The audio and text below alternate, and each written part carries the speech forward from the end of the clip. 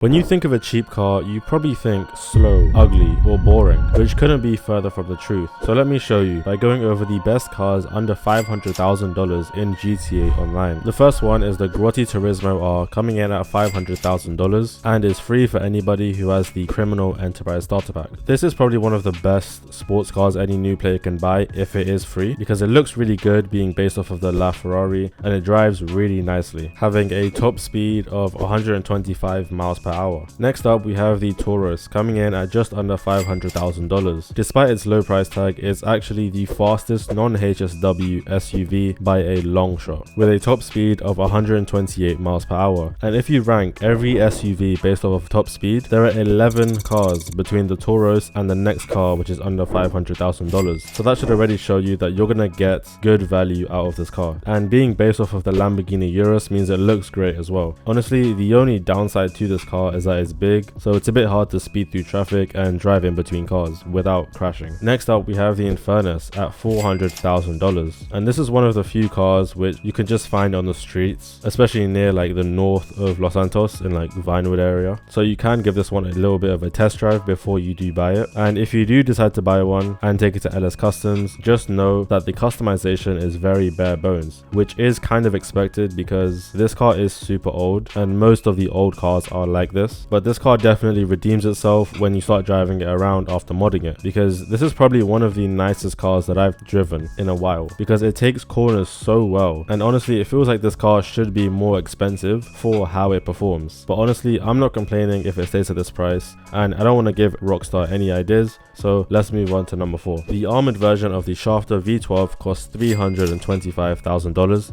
and is the fastest sedan in the game at 125 miles per hour. The main perk with this car is that it comes with armor plating on it, which is perfect for new players. But you might be thinking, what about the armored Kuruma? Well, the armored Kuruma doesn't give any sort of explosive protection like the Schafter V12 does. Although the protection on this car isn't great, it still can take 2 sticky bombs or RPGs to destroy, which gives you a bit of a chance when you go against something crazy like a fighter jet or something. At least you have like a chance to run away. If you're in a Kuruma, you're just gonna get blown up straight away. At number 5, we have the Dubashi Massacro, costing $275,000 and actually isn't available in shops anymore. But I was lucky enough to get my hands on one before they got removed from stores, because I really loved how this car looked, so I thought I might as well buy it since it's super cheap. So I went to LS Customs, I modded it up and was actually surprised at how well it performed, because it was another one of those cars where I feel like it should have been a lot more expensive based off of how it performed, because this car is super well rounded. You know, there are some vehicles where they accelerate like crazy but don't have a good top speed, or there are some vehicles which have a crazy top speed but don't accelerate that well, and the Massacro is nothing like that because it's completely well rounded and it's definitely a car most people should buy if you get the chance to, of course. Number 6 is the Manchez Scout, coming in at $225,000. This is one of the best off-road bikes by far because it's super hard to fall off of it,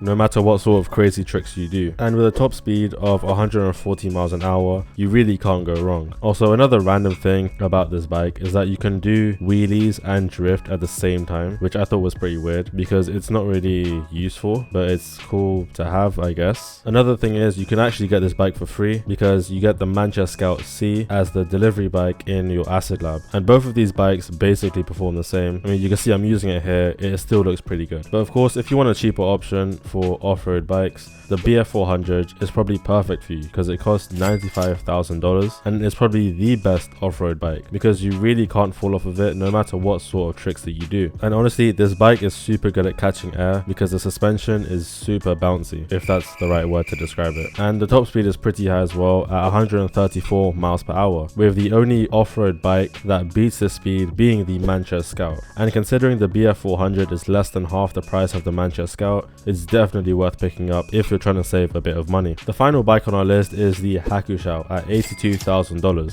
Honestly, I didn't even know this bike existed because I always thought the Hakuchou Drag was the only bike with this name, but apparently there's a cheaper Hakuchou on Southern San Andreas Super Autos, which came out a really long time ago, about 11 years ago. So the customization is very bare bones again, but this bike is pretty good considering its top speed is 4th out of all of the bikes which are under $500,000. $100. And for a sports bike, the Hakuchou is pretty agile, considering you could do wheelies at basically full speed and still pick up speed as you wheelie. Finally, we get to the cheapest vehicle on the list, the Duke of Death, which is completely free. The Duke of Death is a armored muscle car and is a brilliant replacement for something like the armored Kuruma, which costs $700,000. But do remember, this is a muscle car, so don't expect it to perform crazily well. You know, the only reason you would use this car is for PvE missions, because NPCs basically can't hit you from any angle because of all the armor around the car. Just don't try to get into any PvP fights, because the explosive protection is a lot worse than the bullet protection, so do be careful of that. And with that, the list is over, so subscribe. I'll see you in the next one.